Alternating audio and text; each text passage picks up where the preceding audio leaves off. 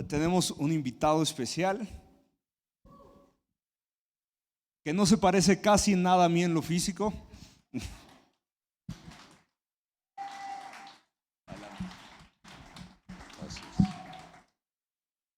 Gracias, es mi hijo, yo lo hice. No, gracias a Dios por esta oportunidad que tengo. Mi esposita ha estado un poquito agobiada por pues el trabajo familiar con sus papás, y hoy me pidió si podía yo compartir el estudio, el tema. Nosotros también estamos estudiando Primera de Juan en la iglesia que estoy pastor, Primera de Juan, el Evangelio de Juan, ¿verdad?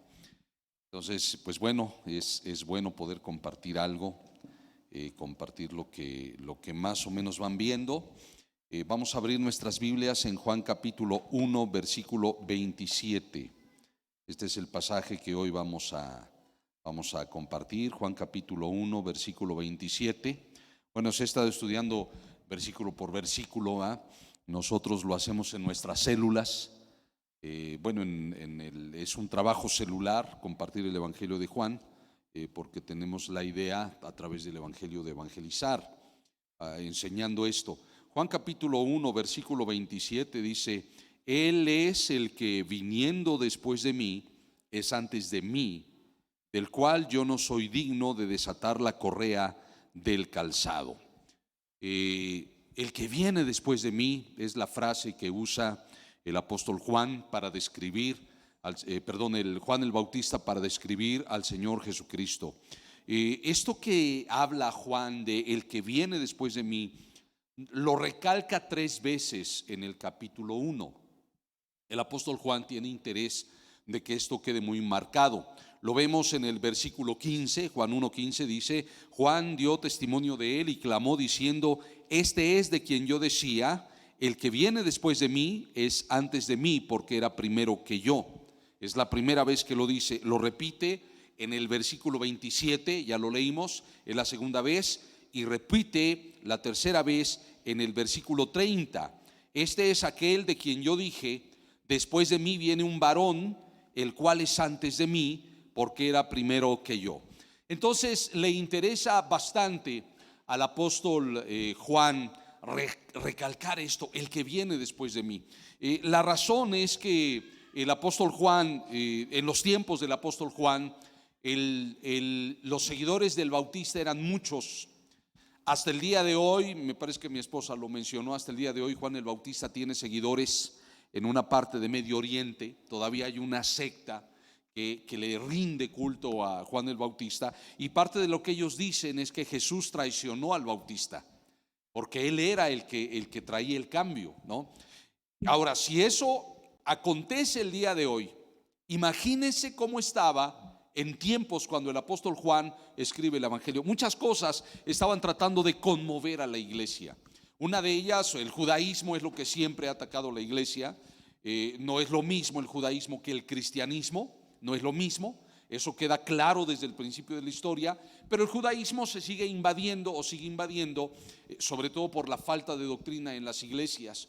El otro problema que había en las iglesias era el gnosticismo, o los principios del gnosticismo, donde se metían muchas cosas entre filosóficas, ideas del Medio Oriente u orientales, y también ocultismo y culto a los ángeles. Esa era otra cosa que afectaba a la iglesia. Y entonces el apóstol Juan, en su época, ¿verdad?, él ve necesario establecer algo que fuera una base para la iglesia. Se dice, según la historia, que cuando el apóstol Juan ya era un anciano y era el último testigo ocular, se acercaron los líderes de la iglesia diciéndole: Juan, ¿qué vamos a hacer? Ya se están muriendo todos los testigos oculares, tú eres el último, ¿qué vamos a hacer? Y entonces Juan escribe este evangelio con este objetivo: primero, evangelizar; segundo, enseñarle al creyente cómo sostener su vida cristiana; tercero, enseñarle a la iglesia cómo se debe sostener. Entonces el evangelio de Juan va mucho más allá de algo informativo. A Juan no le interesa, como los otros evangelios encontramos que nos hablan de la genealogía de Jesús.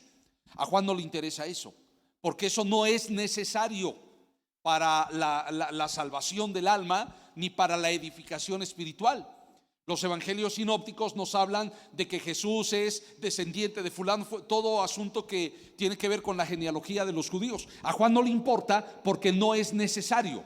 Hacia un lado las cosas judaicas, cambia muchas cosas, bueno, no las cambia, simplemente no las toca, porque lo esencial para sostener la vida del creyente está en el evangelio de Juan.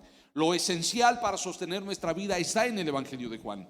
Entonces, en esa época aparte también estaba, después de lo que ya señalé, los seguidores del Bautista.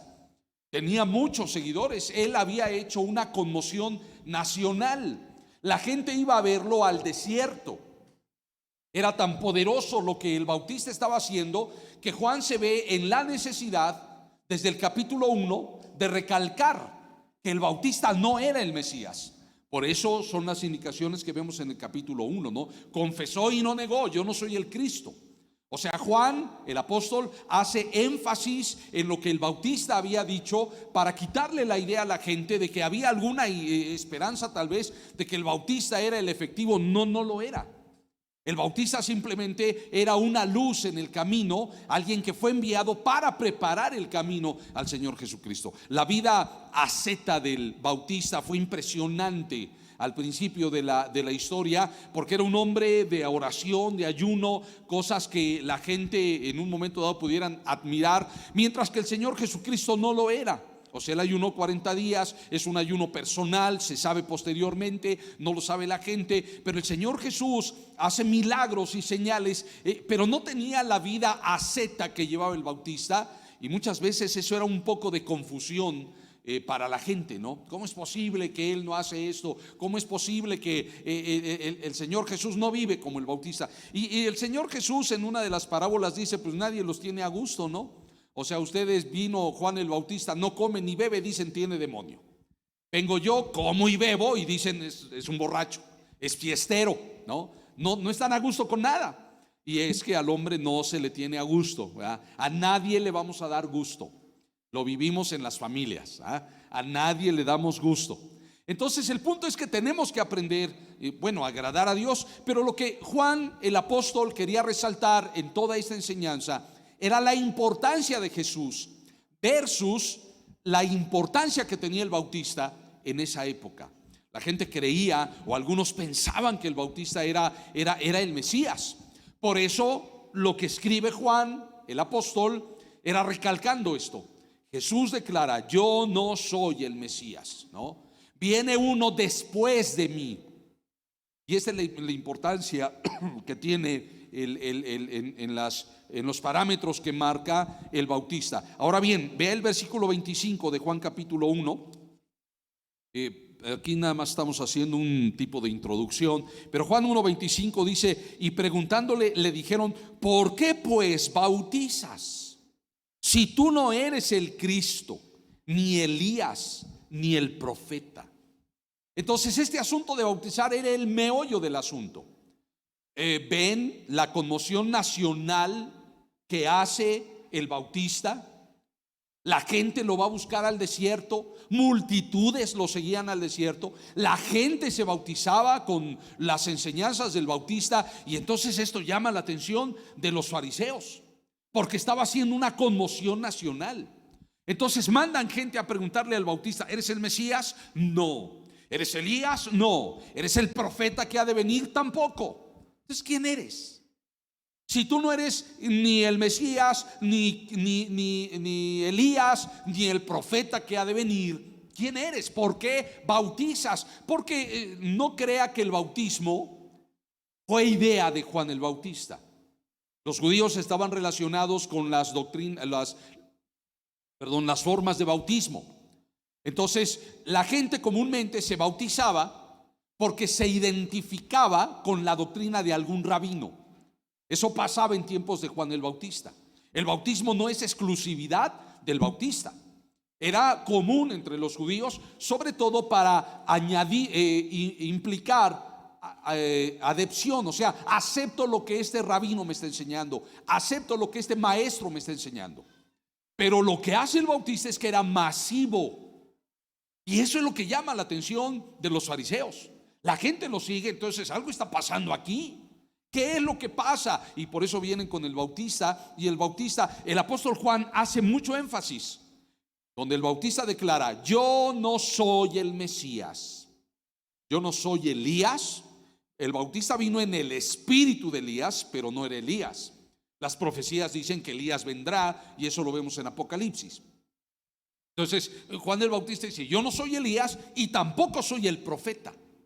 Entonces, bueno, ¿y por qué bautizas entonces si tú no tienes este asunto? Y entonces Juan responde en el versículo 26. Juan le respondió diciendo: yo bautizo en agua, mas en medio de vosotros está uno a quien vosotros no conocéis.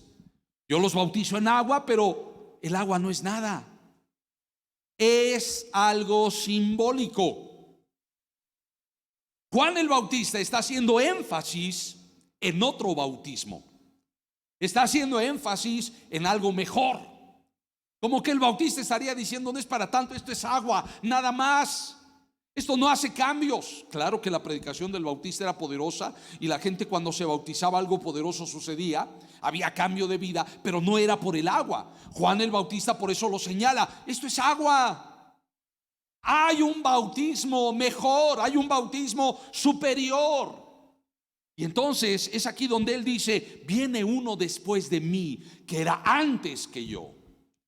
El único que ha estado, hay una doctrina judía, bueno, una corriente judía por ahí que dice que antes de que tú nacieras eras un angelito en el cielo, y ya después Dios te envió a que te engendraras en el vientre de tu mamá. Eso es una herejía, eso no es cierto. Tú no estabas en el cielo, ¿eh? A ti Dios te hizo en el vientre de tu mamá y ahí empezaste a existir. No estabas en el cielo, ni tampoco eras ningún angelito. Ninguno de nosotros éramos así. Entonces el único que ha preexistido es Jesús. Y cuando Juan el Bautista dice: él era antes que yo, habla de la preexistencia de Jesús. Jesús ha existido porque es Dios y se hizo hombre. Dios se encarnó, Dios se hizo hombre, que es todo lo que nos narra el capítulo 1 de Juan, y todo el evangelio trata de demostrarnos cómo Dios se encarnó. Dios se hizo hombre por amor a nosotros, para guiarnos en el camino. En fin, hay muchas cosas que nos enseña el evangelio de Juan, pero el propósito y el punto que estaba señalando el Bautista es la divinidad de Jesús. Él ha preexistido. Entonces Juan dice en el versículo 27: viene uno que viene después de mí, pero es antes que yo. O sea, yo salí primero a la luz, yo salí primero a hacer trabajo ministerial, pero viene otro, viene uno después de mí que es antes que yo. Siempre ha sido antes que yo. O sea, él ha preexistido. Yo salí primero, vengo a hacer una chamba primero, pero el que viene detrás de mí trae un bautismo mejor. Yo los bautizo en agua, pero eso no es lo máximo. Entonces los judíos, los fariseos, estaban asombrados de la conmoción nacional, del avivamiento que estaba trayendo el Bautista. Un avivamiento donde le decía a la gente: óigame, si no se arrepienten, el hacha ya está puesta. Ya el hacha está pronta para cortarla a los malvados, y viene el juicio, ¿no? El Bautista señala eso. Por eso cuando el Bautista es metido a la cárcel, y en la cárcel el Bautista manda a preguntarle al Señor: oye, Señor, ¿eres tú el que ha de venir o esperamos a otro? Esa pregunta a veces nos saca a nosotros de onda. Pero la razón es porque, nos saca de onda porque aquí Juan capítulo 1 dice que el Señor, nuestro Dios mismo le dijo a Juan: sobre quien veas descender el Espíritu Santo, ese es el ungido, ese es el Hijo de Dios. Y Juan lo vio y da testimonio en el capítulo 1, Juan el Bautista, de que vio al Espíritu de Dios descender sobre Jesús. Yo no lo conocía, dice Juan. Claro que lo conocía como primo, era su primo, pero no lo conocía como el Mesías hasta que el Señor lo unge en el Espíritu. Y ahí es donde Juan da testimonio: yo vi al Espíritu descender sobre Jesús, Él es el Mesías. Yo no lo conocía como Mesías, Sí lo conocía como mi primo, pues era mi primo. Ahora resulta que es el Mesías, pero está señalado por Dios. Yo no lo conocía, pero él, el Señor, lo ha designado. Y después pregunta: ¿eres tú el que ha de venir? Pues esperamos. ¿Por qué hace esta pregunta el Bautista? Porque el Bautista estaba anunciando juicio. Ya el hacha está puesta, pero Jesús no trae juicio. Y eso es lo que saca de onda al Bautista. ¿Por qué Jesús no hace juicio? Al contrario, recibe a los pecadores, los perdona, les perdona sus pecados, sana a los pecadores. Entonces, en la mente de Juan no era concebible lo que Jesús estaba haciendo, porque en la ley esto se demandaba el juicio. Pero parte de lo que no había comprendido y no se comprendía en la ley era esta parte de la gracia que nos viene a presentar el apóstol Juan. Jesús, antes de traer juicio, nos tiene que mostrar misericordia. Antes de que venga el juicio, tiene que haber el perdón de Dios sobre aquellos que desean arrepentirse. ¿Por qué? Porque están perdidos. La ley no me salva. La ley solo demuestra y revela mi condición pecadora. La ley no me hace salvo. La ley no tiene poder para salvarme, porque no cambia mi naturaleza. Solamente me demuestra que soy pecador. Me gusta mucho la ilustración que pone o puso Spurgeon en una de sus predicaciones. La ley es como un oficial que trae un documento legal. Llega a una casa, toca la puerta y dice: hay un delincuente dentro de esta casa y no me voy hasta encontrarlo. Así es la ley. La ley solamente saca a relucir tu pecaminosidad. Por eso Pablo dice que por medio de la ley es el conocimiento del pecado, porque la ley lo único que hace es demostrarte que eres pecador y que mereces el infierno. Entonces Juan tenía este concepto. Por eso él es el último de los profetas. No hay más. Con Juan se acabó la ley. Hoy, dicho de otra forma, con Juan se acabó el antiguo pacto. Y Jesús resalta que él es el más grande de los profetas, porque todos los profetas hablaban de un Mesías, de alguien que iba a venir. Pero había una confusión entre los profetas, porque unos hablaban de un Mesías que iba a venir a someter a todos los enemigos. Otros hablaban de un Mesías sufriente, que iba a ser humillado. Y otros hablaban de un Mesías de amor y restauración. Y entonces la gente, entre los profetas había una confusión. ¿Qué onda con este Mesías? Que es rey, que aplasta, pero luego que es humillado. ¿Cómo está eso? No lo entendían hasta que viene Juan el Bautista. Y por eso el Señor Jesús, él dice: él es el más grande de todos los profetas, porque él le tocó ver lo que todos los profetas del Antiguo Testamento habían anhelado ver. No lo habían podido ver, ni tampoco lo habían podido comprender. Pero Juan el Bautista lo pudo ver, y aún así él estaba confuso. Por eso le manda a preguntar: ¿eres tú el que había de venir o esperamos a otro? Y el Señor le dice, lejos de que le diera una respuesta, el Señor Jesús sana enfermos, levanta paralíticos, da vista al ciego, sana a los mancos. ¿Sabe usted lo que es un manco? Uno que no tiene mano. Y Dios hacía milagros creativos, nuestro Señor. Y entonces, en vez de darle una respuesta como Juan quería oírla, más bien pone en práctica la gracia. En la ley no hay sanidad, en la ley no hay oportunidad, porque la ley te demuestra que eres pecador. Pero en la gracia hay una oportunidad. En la gracia tú puedes restaurar tu vida. En la gracia Dios puede hacer cambios. Y esto es lo que le demuestra Jesús al Bautista. Y entonces le dice a los mensajeros: vayan y díganle que aquí se hacen milagros, que en esta etapa, en este nuevo pacto hay milagros. En este nuevo pacto se les predica a los pobres, a los necesitados, el evangelio. Y bienaventurado es el que no haya tropiezo en mí. Esa fue la respuesta de Jesús para el Bautista. Entonces, todo lo que hace el apóstol Juan en el capítulo 1 es tratar de revelarnos qué importante es el Señor Jesús en la vida del ser humano. Nuestra vida tiene que ser algo fundamentado en Cristo. Cristo tiene que ser nuestra base. Y es lo que hace Juan en el evangelio. Juan no entra con asuntos de la ley. no toca la genealogía de Jesús. Esos son asuntos del judaísmo, no tiene nada que ver con nosotros. Entonces lo que hace Juan el apóstol, es exponernos en el evangelio quién es Jesús. Necesitamos a Jesús. Nuestra vida va a cambiar con Cristo. Nuestra vida va a ser bendecida con Cristo. Y este es el énfasis del apóstol Juan. Entonces, cuando Juan el Bautista dice Jesús viene después de mí, ¿qué significa esto? Juan, repito, ya lo había mencionado en el versículo 15, lo menciona otra vez en el versículo 37.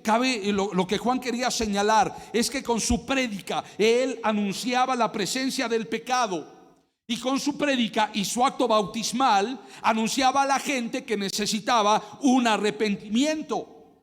Pero lo que estaba diciendo Juan como alguien que viene después de mí es: hay un bautismo mejor. Yo los bautizo en agua, pero hay uno que viene detrás de mí, que es primero que yo. Lo tiene que decir porque tiene que señalar la divinidad de Jesús. Entonces tú te asombras de que yo bautizo en agua y que la gente cambia. Ahora imagínate lo que es que este que viene detrás de mí te bautice con su bautismo. Si las multitudes eran movidas por lo que el bautista estaba haciendo, ¿qué sería con lo que Jesús estaba haciendo? ¿Qué iba a suceder con lo que Jesús estaba haciendo? Esto es lo que señala. Y mire a qué grado, por favor, ahí Juan 1, pero vea por favor el versículo 27. Dice: Él es el que viniendo después de mí es antes de mí, del cual yo no soy digno de desatar la correa de su calzado. Esto es tremendo, esta declaración es tremenda, ¿sabe? Porque desatar las correas del calzado era el trabajo solo de los esclavos inferiores. Bueno, de los esclavos. No era el trabajo de la gente. En esos tiempos, los rabinos, que Jesús no era el único rabí, había muchos rabinos en ese tiempo, y tenían seguidores, tenían discípulos, y entonces tenían una consigna: todo lo que el alumno pueda hacer por su maestro es necesario. Todo lo que el discípulo pueda hacer por su maestro es necesario, menos desatarle la correa del calzado. Eso estaba en los escritos del tiempo del Señor Jesús. Eso decían los rabinos. O sea, era un trabajo tan vil que un discípulo debe servir a su maestro en reconocimiento, en honra, pero lo único que no debe de hacer un discípulo es desatarle la correa del calzado. Entonces es impresionante lo que dice Juan el Bautista: yo no soy digno de desatar la correa del calzado del Mesías. ¿Qué visión tenía Juan el Bautista de Jesús? ¿Qué entendimiento tenía él? Que aunque Juan el Bautista era poderoso, reconocido, movía masas, reconocía su lugar. Yo no soy lo mejor. Si ustedes se impresionan porque yo los bautizo en agua, imagínense lo que puede hacer el que viene detrás de mí, que es antes que yo. O sea, aquel que es divino, aquel que viene superior a lo que yo pueda estar haciendo. Claro que lo que hacía Juan el Bautista era un asunto de Dios. Lo que hacía Juan el Bautista era algo dirigido por Dios. Claro que sí, claro que sí. No decimos que no, pero no es nada en comparación de lo que venía con el Mesías. Hermanos, la función o lo que intenta el apóstol Juan es entender qué poder hay en una vida en Cristo. Poder es algo que hemos perdido. Poder es algo que la iglesia ha perdido. Poder es algo que no estamos concientizando. El poder espiritual. Estamos muy conformados. Dice Watchman Nee en uno de sus libros que me llamó mucho la atención. Watchman Nee dice: lo normal en un cristiano es ver milagros todos los días. Lo anormal del cristiano es que vea milagros de vez en cuando. Eso es anormal. Lo normal es que diario veas a Dios obrando en tu vida. Poder es algo que hemos perdido en la iglesia. ¿Por qué? Por muchos factores. Muchos, no creo que señalarnos no viene al caso. Pero lo que Juan el Bautista y el apóstol Juan querían resaltar es la importancia y el poder que tiene el Señor Jesús. Entonces Juan el Bautista decía: si lo que yo estoy haciendo les sorprende, imagínate cuando venga el Mesías, aquel que viene después de mí. ¿Por qué? ¿Por qué venía Jesús después de Juan? Bueno, primero Juan lo dijo, ¿no? Preparen el camino al Señor. ¿Quién eres tú? Soy una voz que clama en el desierto, como dijo el profeta Isaías. Preparen camino al Señor. ¿Qué vengo a hacer yo? A prepararle el camino al Mesías. Ese soy yo. El Bautista sabía su lugar. El Bautista sabía su propósito. Sabía por qué razón había sido creado. Y eso es parte de nuestro trabajo, hermanos. Tú no naciste por accidente, naciste con un propósito. Cuando hablamos de Colosenses 1:9, nos damos cuenta lo que dice Pablo: yo oro por ustedes, intercedo por la iglesia de Colosas para que conozcan con pleno conocimiento cuál es la voluntad de Dios. ¿Sabe? Voluntad, estuvimos estudiando eso en la iglesia que pastoreo. Voluntad se traduce también como propósito. Entonces Pablo estaría diciendo: yo estoy orando para que ustedes conozcan el propósito de Dios para tu vida. Tú fuiste creado con un propósito. No naciste por accidente. Aunque tu familia te diga: eres el adoptado, eres el pilón, aunque te digan lo que te digan, no eres el pilón. En el plan de Dios eso no existe. En el plan de Dios tú tienes un propósito. Naciste con un propósito. Juan entendía su propósito. Nosotros necesitamos comprender nuestro propósito.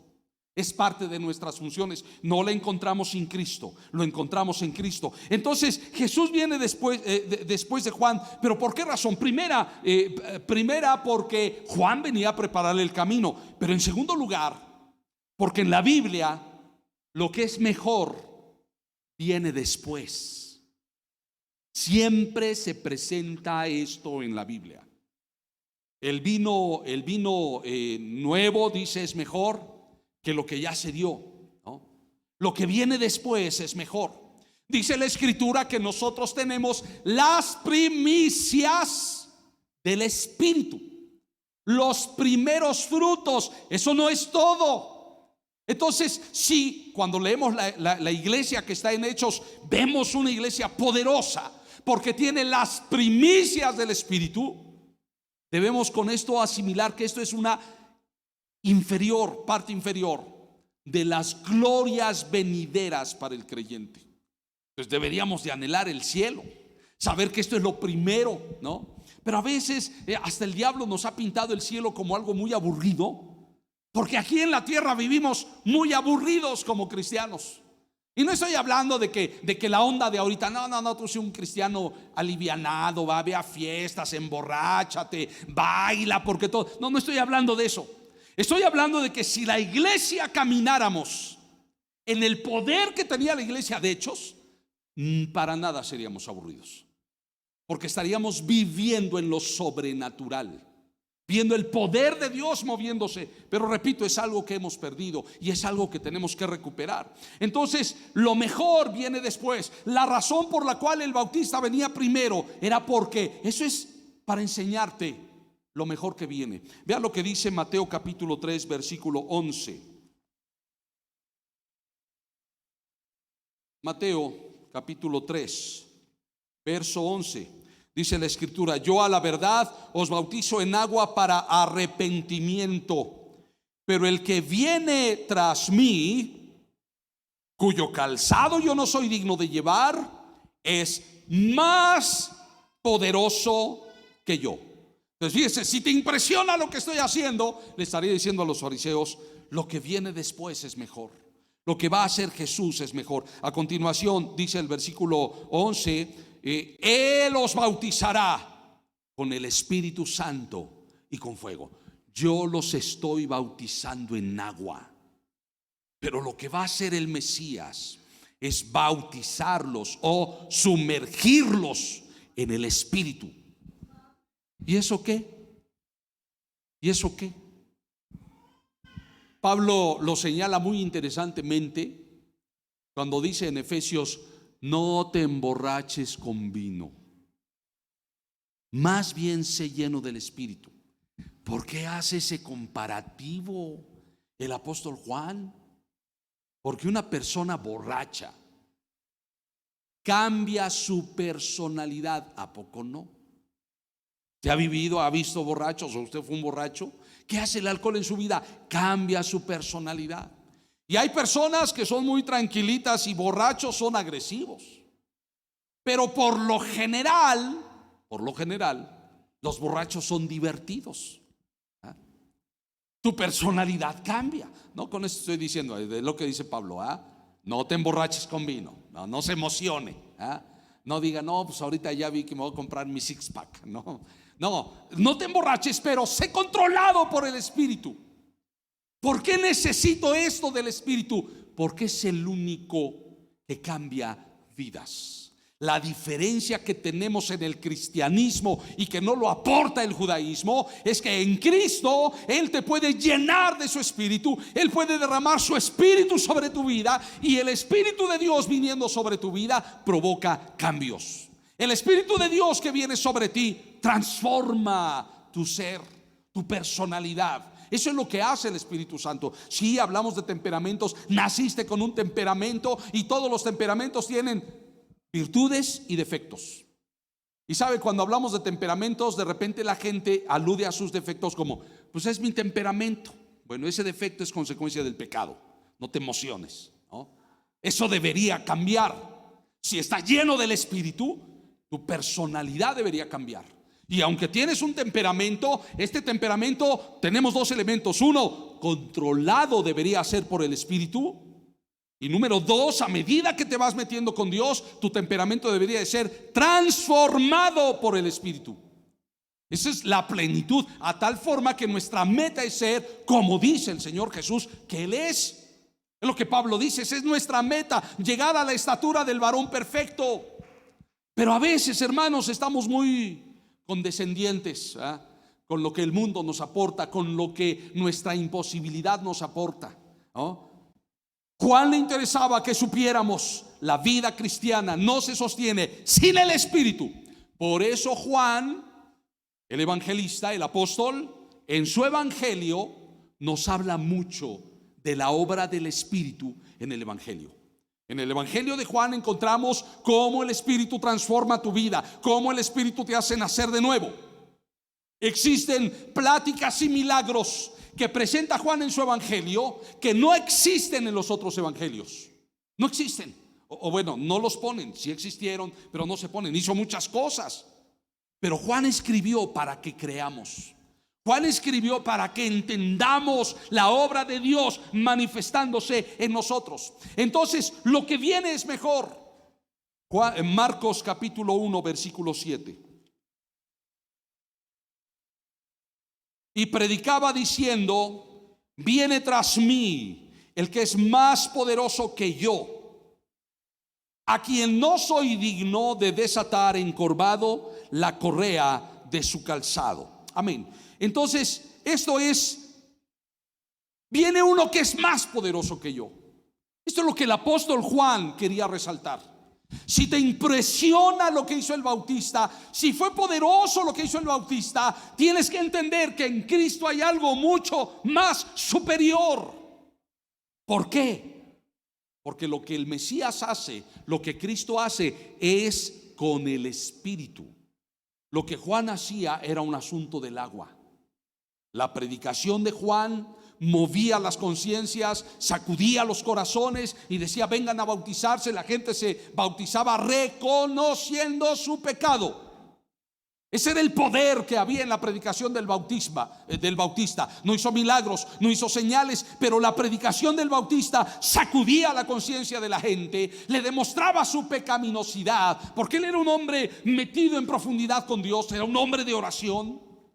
Recuerde que los discípulos del Señor Jesús le dicen a Jesús: enséñanos a orar como el Bautista enseñó a sus discípulos. Quiero que note esas palabras. A Jesús no le interesaba en ese momento que los creyentes tuvieran como prioridad la oración. Porque lo que Jesús quería que los discípulos entendieran era la comunión. Ustedes necesitan tener comunión. Tú puedes tener oración sin tener comunión. O sea, tú puedes estar hablando solo y Dios no está ahí. Tú puedes creer que oras, pero Dios no está ahí. Como se ha dicho, tu oración no pasa el techo. O a veces nuestras oraciones no pasan el techo. ¿Por qué razón? Porque se nos olvida un principio importante de la oración, que es comunión. Colosenses 1:9, Pablo dice: yo oro y pido por ustedes. Y orar habla de comunión y pedir de una exigencia humilde. Yo oro y pido por ustedes. Y entonces el creyente, a veces hemos olvidado esto, donde la oración, el principio fundamental de la oración es la comunión. Por eso el Señor Jesús no les enseña a los discípulos a orar. No le interesaba en ese momento que los discípulos tuvieran una vida de oración, sino que le interesaba que los discípulos tuvieran una vida de comunión con Él. Esto es el principio de la oración, una vida de comunión con Dios. Tanto que los apóstoles mismos le tienen que enseñar, le tienen que pedir a Jesús: enséñanos a orar. Y no le dicen: como vemos que tú te vas a orar, porque sí, Jesús oraba, lo veían los discípulos. Pero no le dicen a Jesús: enséñanos a orar como vemos que tú oras. No. Enséñanos a orar como el Bautista enseñó a sus discípulos. Con eso quiero que observe el nivel de entrega y de organización incluso que tenía el Bautista con sus discípulos. Estaban metidos con él y él los traía cortitos, orando y ayunando. Seguro estoy. Órale, oren y ayunen. Y ya creo que a las 4 de la mañana allí el Bautista con el garrote: levántense y a orar todos. Y hoy no comen, es ayuno, oren. ¿No? Juan el Bautista tenía a la luz de estos pocos versículos, vemos la organización tremenda que tenía el Bautista. Pero no era algo que a Jesús le interesara enseñarle a sus discípulos, porque lo primero que quería que los discípulos aprendieran es la comunión con Él. La comunión. Ahora, si usted dice: yo por eso no oro, yo nomás con pura comunión con Dios, ¿verdad? No, la oración implica eso. Para que la oración sea efectiva, necesitamos de la comunión. Entonces Juan el Bautista decía: yo solo bautizo en agua, oramos y Dios hace la obra. Pero lo que yo te estoy diciendo es que el que viene después de mí te va a bautizar en poder, te va a bautizar en algo mejor que el agua, en algo mayor que el agua, que es una vida plena del Espíritu. ¿Cuánto nos falta eso, hermanos? Una vida plena del Espíritu. Entonces, una de las razones por las cuales Jesús viene después de Juan es porque lo mejor viene después. A la luz de la Biblia, esto es así. Pero también otra razón por la cual Jesús viene después es para revelarnos la realidad espiritual de que primero tenemos que atender las cosas terrenales para poder disfrutar de las cosas espirituales. Vaya a 1 Corintios capítulo 15, versículo 46. Primera de Corintios capítulo 15, versículo 46. Dice la Escritura: mas lo espiritual no es primero, sino lo natural, luego lo espiritual. Ese es un principio que tenemos que aprender. O sea, primero tenemos que entender cómo están las cosas terrenales para poder llegar a las cosas celestiales. Y entonces Juan lo que decía: mira, yo te estoy llevando a través de un bautismo de arrepentimiento. Esto es un bautismo terrenal. Esto es un asunto de la tierra, de lo que tienes que hacer aquí. Pero para que puedas abrazar lo espiritual, tienes que comenzar con el arrepentimiento. No llegamos, lo que se está poniendo sobre la mesa es esto: no conocemos las verdades espirituales si primero no atendemos a las verdades terrenales. O sea, yo quiero comunión con Dios, yo quiero ver milagros, Bueno, eso ya estamos hablando del ámbito espiritual por lo general. Lo primero que tienes que hacer, orar, leer tu Biblia, comunión con Dios.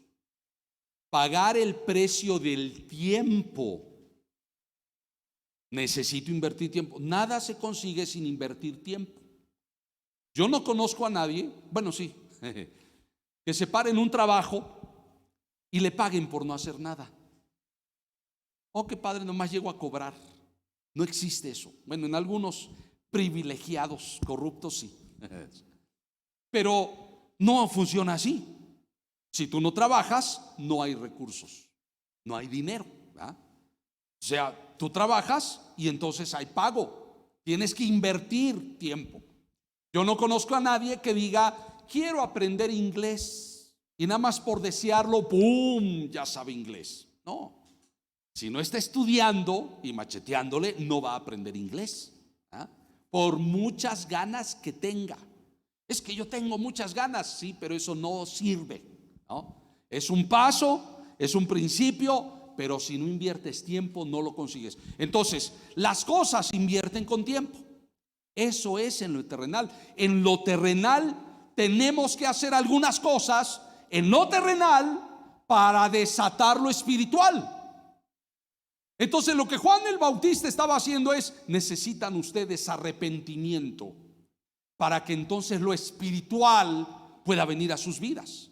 Todo comienza con arrepentimiento. El allegamiento a Jesús o acercarse a Jesús tiene que comenzar con arrepentimiento. En Marcos capítulo 1, la primera expresión del Señor Jesucristo es: arrepentíos y convertíos, y el reino de los cielos se ha acercado.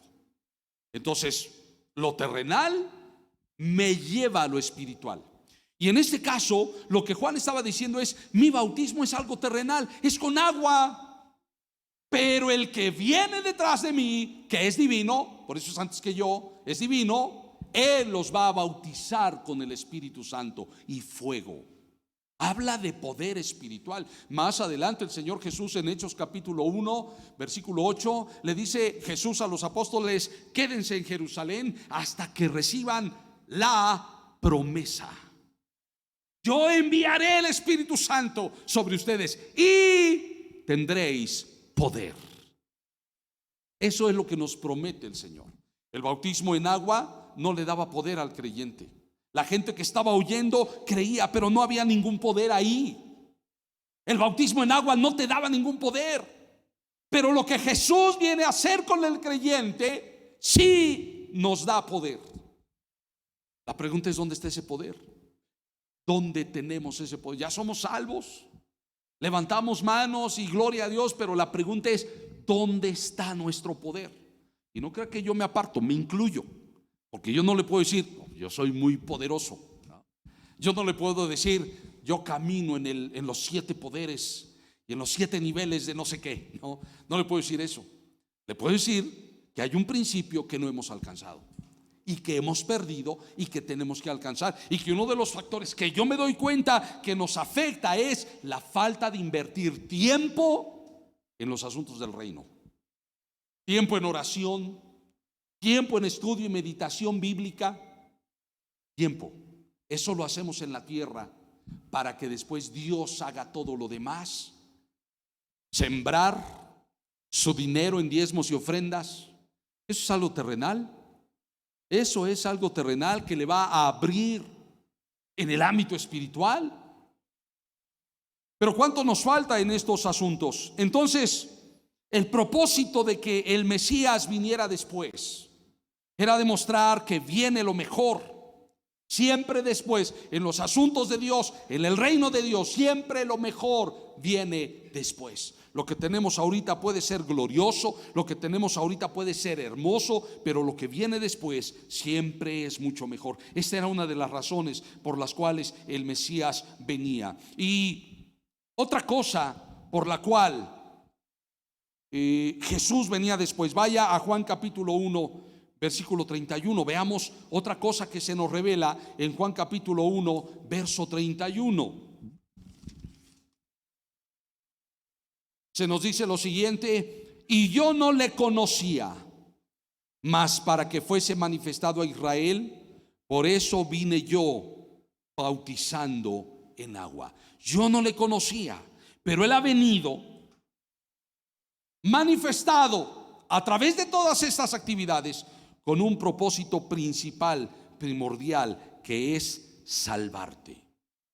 El propósito de nuestro Señor entonces es llevarnos a la salvación. Y bueno, vamos a terminar.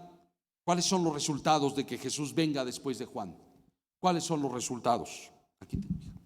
Gracias. ¿Cuáles son los resultados de que Jesús venga después de Juan el Bautista? Número 1, darnos vida eterna o darnos salvación. Esto lo encontramos en Juan capítulo 1, versículo 4. En él estaba la vida y la vida era la luz de los hombres.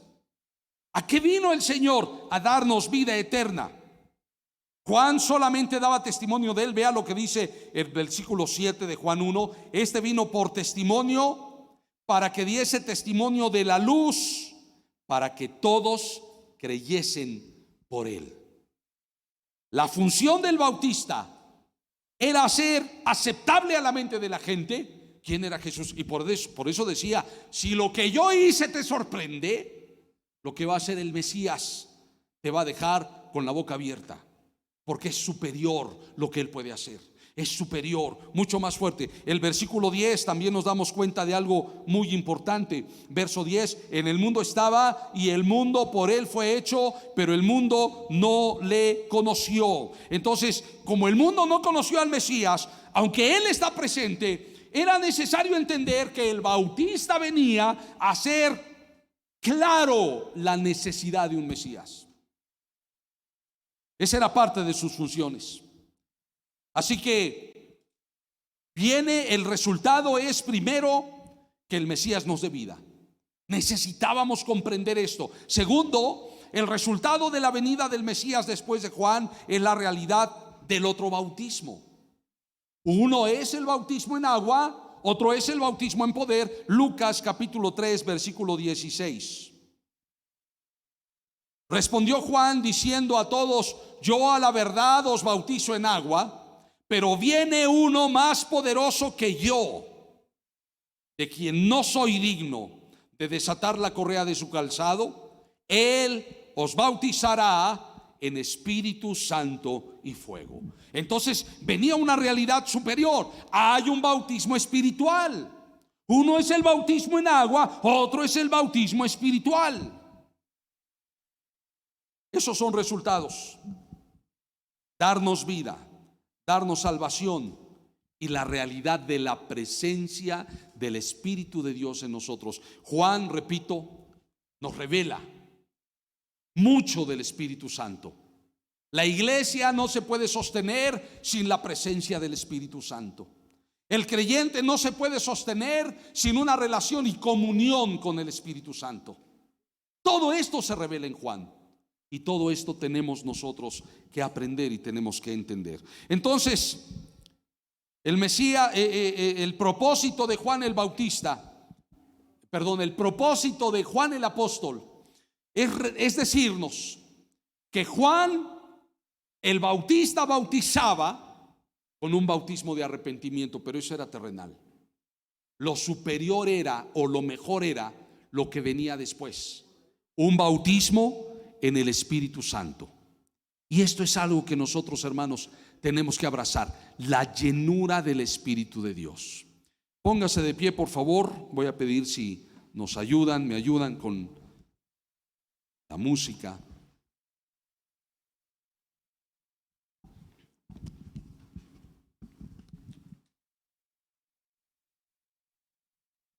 Aleluya.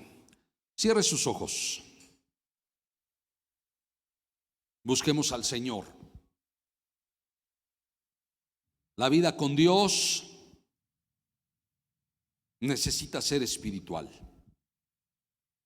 Y no puede ser espiritual sin esa unión o comunión con el Espíritu Santo. Dele gracias al Señor. Gracias, Señor, por tu poder. Si usted ha sido bautizado en el Espíritu, dele gracias a Dios. pero dígale al Señor: ayúdame, Señor, a vivir en eso sobrenatural que tu Espíritu Santo me da. Y cuando hablo de lo sobrenatural, no estoy hablando nada más de milagros, no estoy hablando nada más de ese tipo de cosas que nos pudieran ser sorprendentes, sino mirar la mano de Dios día con día en nuestra vida, que nos consta que vemos lo sobrenatural, que vemos que Dios está con nosotros. Espíritu Santo, en esta hora fluye en nosotros, Señor. Le invito a que empiece a hablar al Espíritu de Dios. Yo no sé si usted lo ha hecho, pero hable al Espíritu de Dios y dile: lléname, Señor.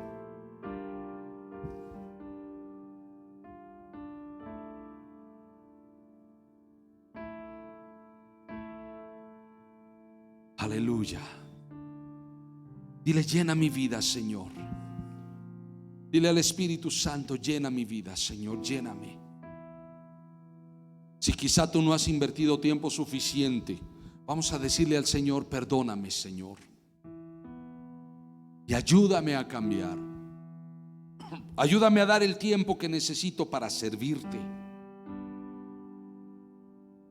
Yo sé que nuestra disponibilidad de tiempo es muy variable. Hay gente muy ocupada, pero aún así, el poco tiempo que pudiéramos tener tiene que ser efectivo. Y dile a Él: lléname, Espíritu Santo. Lléname de ti, Señor. Lléname de tu presencia. Te anhelo, Señor. Manifiéstate, Espíritu Santo. Ven, Espíritu de Dios. Pídele a Él llenura. Empieza a hablar con el Señor. Si Dios te ha dado la bendición de las lenguas, puedes empezar a hablar en lenguas. Lo que quiero es provocar un momento en el cual nosotros podamos tener en esta hora un momento de comunión con Dios. Que pidas al Espíritu de Dios que llene tu vida. Quizá por los asuntos cotidianos, o tal vez por el pecado, o tal vez por el descuido de tu vida devocional, no está esa llenura ahorita. Pero podemos decirle al Espíritu Santo: lléname, Señor. Espíritu de Dios, lléname.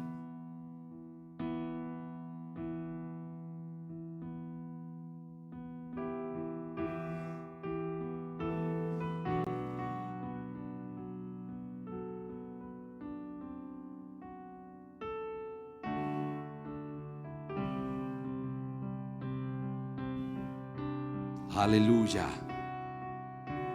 Con todo tu corazón, levanta tu voz al Señor y dile: Espíritu de Dios, llena mi vida,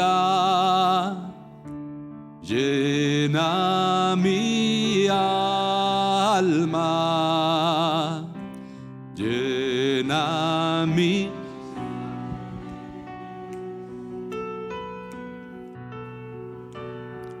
Espíritu de Dios, llena mi vida,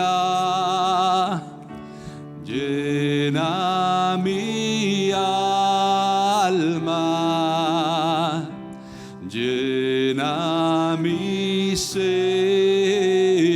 Una vez más, dile: Espíritu de Dios, llena mi vida, llena mi alma, llena mi ser. Lléname, Señor. Lléname, lléname de tu presencia, lléname, lléname de tu poder, lléname, lléname de tu amor, lléname, digamos. Lléname, lléname de tu presencia, lléname, lléname de tu poder, lléname, lléname de tu amor. Vamos a decirlo con todo nuestro ser. Lléname, lléname de tu presencia, lléname, lléname de tu poder, lléname, lléname de tu amor. Lléname, Señor. Lléname, lléname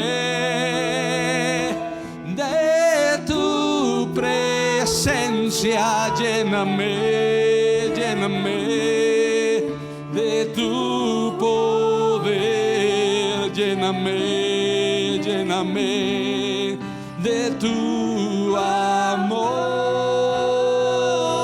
Con todo tu ser, dile: lléname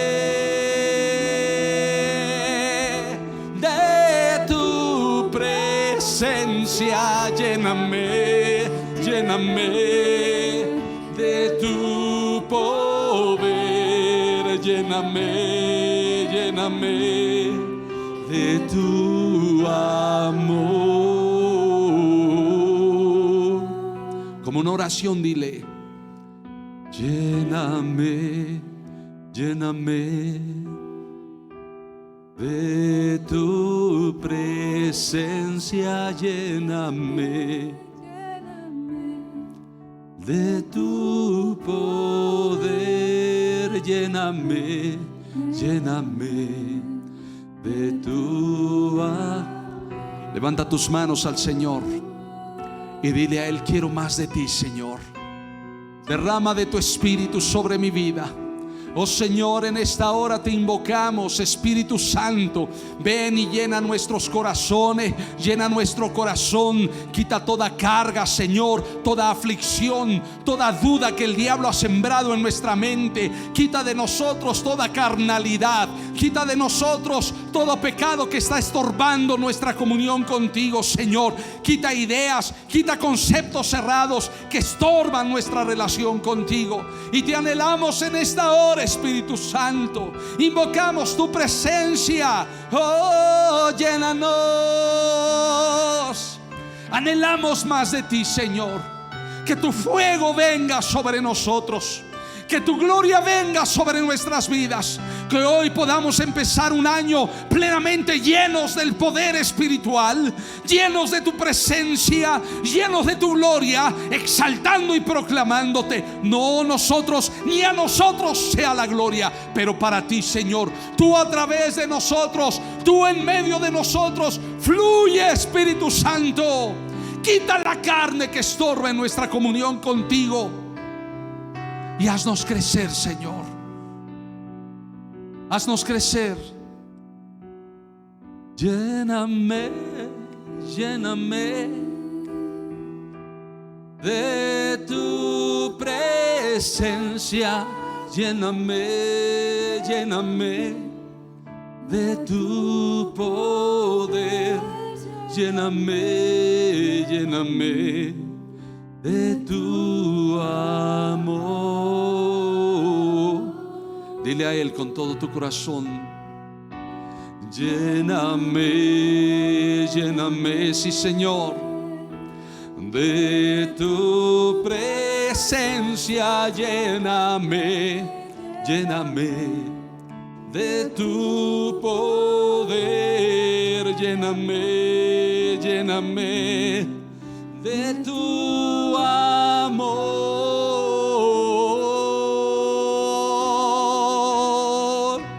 Lléname, lléname de tu presencia. Lléname de tu amor.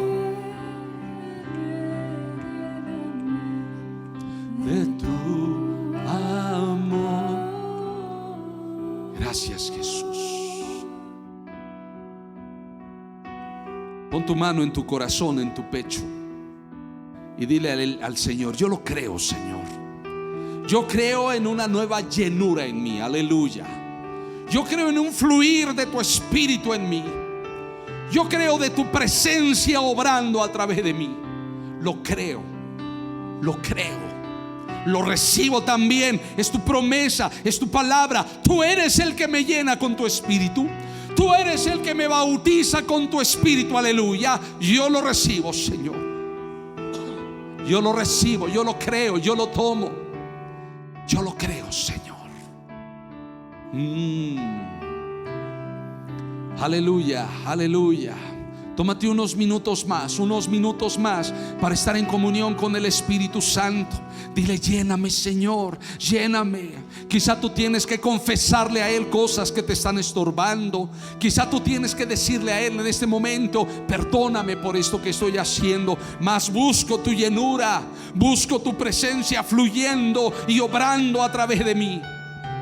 Precioso Dios, precioso Espíritu de Dios, límpianos, purifícanos y úsanos, Señor. Úsanos, Señor. Aleluya.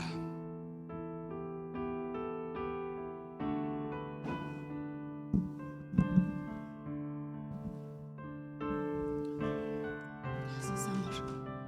Gracias, Señor. Gracias. Mientras déselo fuerte al Señor. Es para Él. Gracias, Padre, por lo que estás haciendo. Gracias.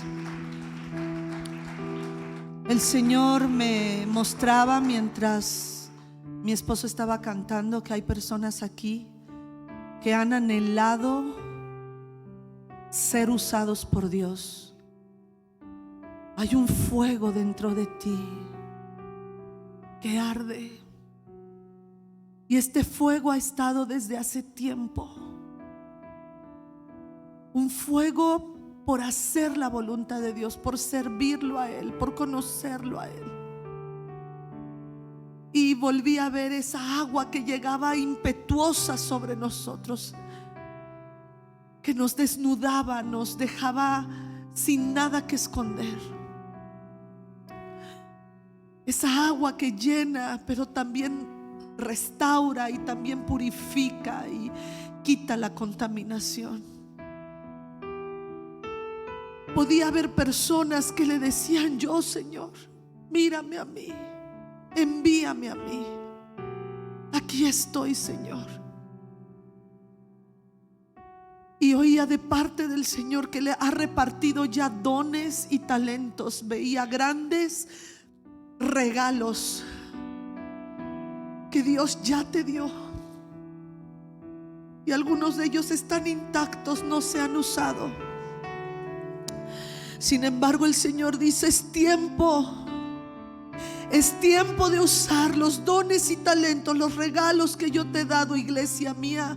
Es tiempo, es tiempo, es tiempo. Y necesitas de la llenura de mi espíritu para ponerte a trabajar. Por lo tanto, recibe. Porque si ustedes, siendo padres malos, saben dar buenas dádivas a sus hijos, ¿cuánto más mi Padre Celestial dará al Espíritu? Dará el Espíritu Santo a quien se lo pida. Pide, iglesia. Por eso hoy, antes de esta predicación, el Señor nos dijo: pide y se te dará. No dejes de pedir, porque el que llama se le abrirá, el que busca encuentra. Pide y se te dará. Mientras hablamos, mientras estamos en este momento delante de Dios y estas ondas sonoras llegan a tus oídos, el Señor ya está haciendo cosas en el ámbito espiritual a favor de ti. Él ya está haciendo cosas. Por lo tanto, recibe y créelo, iglesia. Recibe lo que Él tiene para ti. Recíbelo, créelo. Él ya ha trabajado, Él ya te ha dado, Él ya lo hizo. Solo tómalo, arrebátalo para ti. tómalo, que es para ti. Ya lo hizo, ya está, solo tómalo. Hay gente que dice: es muy difícil seguir a Dios, no puedo seguir a Dios, es muy restrictivo lo que Él me pide. Pero hoy te dice: yo te doy la llenura, yo te doy la fuerza, yo te doy el poder. Nada te será difícil conmigo, nada te será difícil. Yo estoy delante de ti, alrededor de ti, sobre ti. Yo te unjo, dice el Señor.